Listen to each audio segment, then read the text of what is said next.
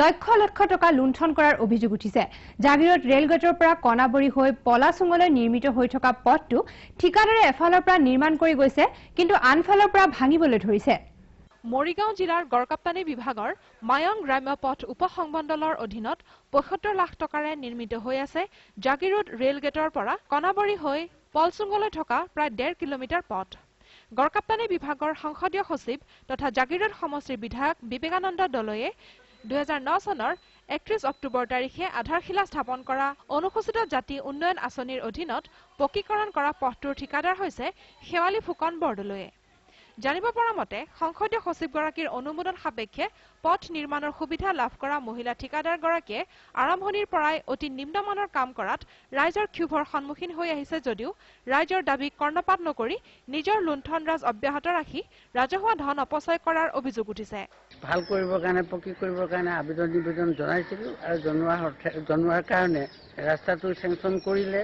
Sanction কৰাত আমি এটা ৰাইজে সুখেই পাইছিলোঁ, বৰ উপকাৰ হ'ব বুলি ভাবিছিলোঁ। কিন্তু এই ৰাস্তাটো এতিয়া ঠিকাদাৰ আৰু তেওঁলোকৰ যোগাযোগ বিভাগীয় মানুহসকলৰ লগত মিলি ৰাস্তাটো ইমান বেয়া কাম কৰিছে আৰু ইমান বেয়া হৈছে যে ৰাস্তাটো কেইদিন ৬ মাহো নাযাব, ৰাস্তাটো ইতিমধ্যে ফাটিব আৰম্ভ কৰিছে।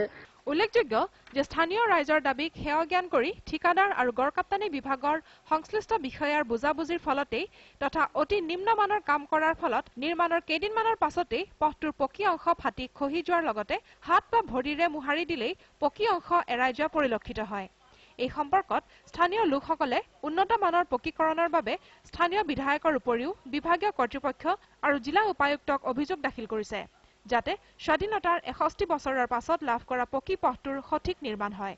তেওঁলোকে আলকাটা চালকাটা ভালকে দিয়া নাই, জেগাই জেগাই বনাই থৈ যোৱাৰ পিছদিনাখনে ফাটিছে বা উখৰি গৈছে এইবোৰ পাথৰবোৰ।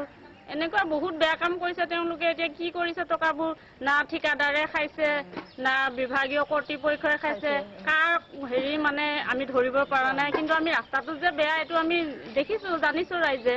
মণ্টু কুমাৰ মেধি, DY365 জাগিৰোড। অসম অৰুণাচল সীমান্তৱৰ্তী তথা সাপেখাতী উন্নয়ন খণ্ডৰ অন্তৰ্গত